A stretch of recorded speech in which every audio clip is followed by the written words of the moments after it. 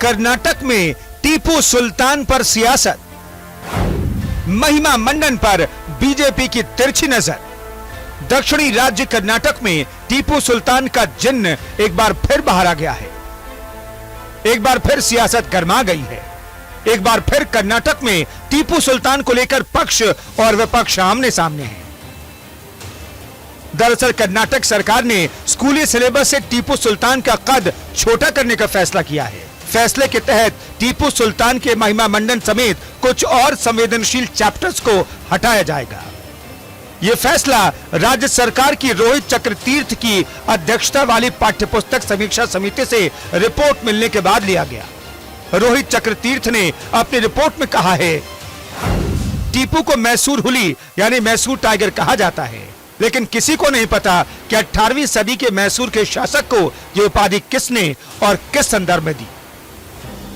टीपू सुल्तान को लेकर बीजेपी पहले से ही विरोध का झंडा बुलंद करती रही है और अब जब मौका मिला तो एक बार फिर से इस पर कवायद तेज कर दी है।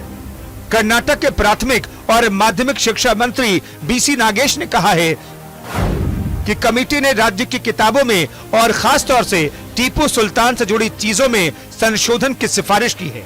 मुझे कमेटी की तरफ से रिपोर्ट मिली है। चर्चा के बाद अगले एकेडमिक वर्ष से लागू हो जाएगी।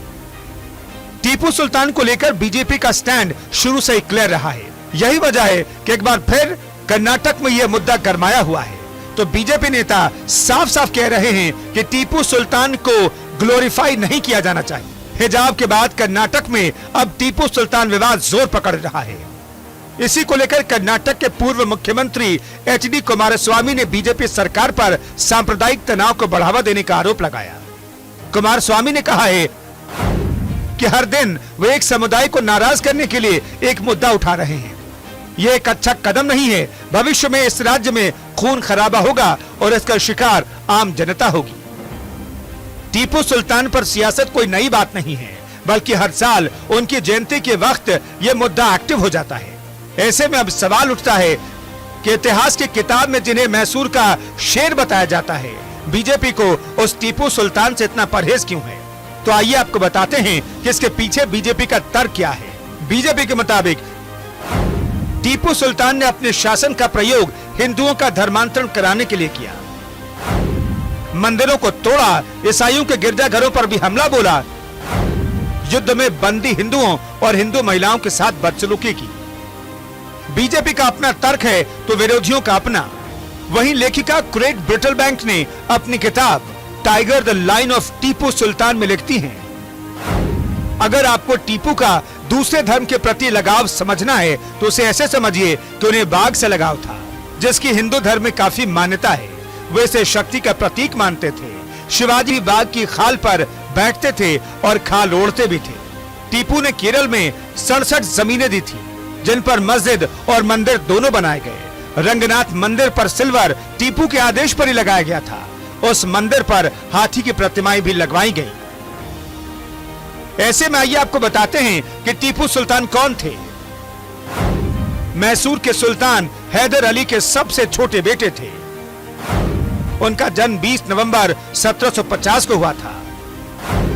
टीपू सुल्तान को कई नाम से जाना जाता है। उन्हें टीपू साहिब और फतेह अली टीपू के नाम से पुकारा जाता था। 17 साल की उम्र में टीपू सुल्तान ने पहली लड़ाई लड़ी थी। 1765 और 1779 के बीच कई मौकों पर मराठों के खिलाफ लड़ाई लड़ी थी। कर्नाटक में टीपू सुल्तान की जयंती मनाने पर भी टकराव देखा जा चुका है।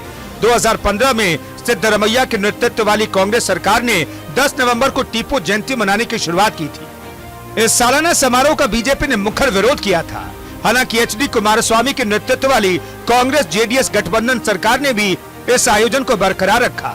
साफ है कि कर्नाटक में भविष्य में टीपू सुल्तान को मैसूर ऑफ सुल्तान के नाम से नहीं पुकारा जाएगा। देखना दिलचस्प होगा कि कर्नाटक में बीजेपी की टीपू वाली सियासत क्या रंग लाती है।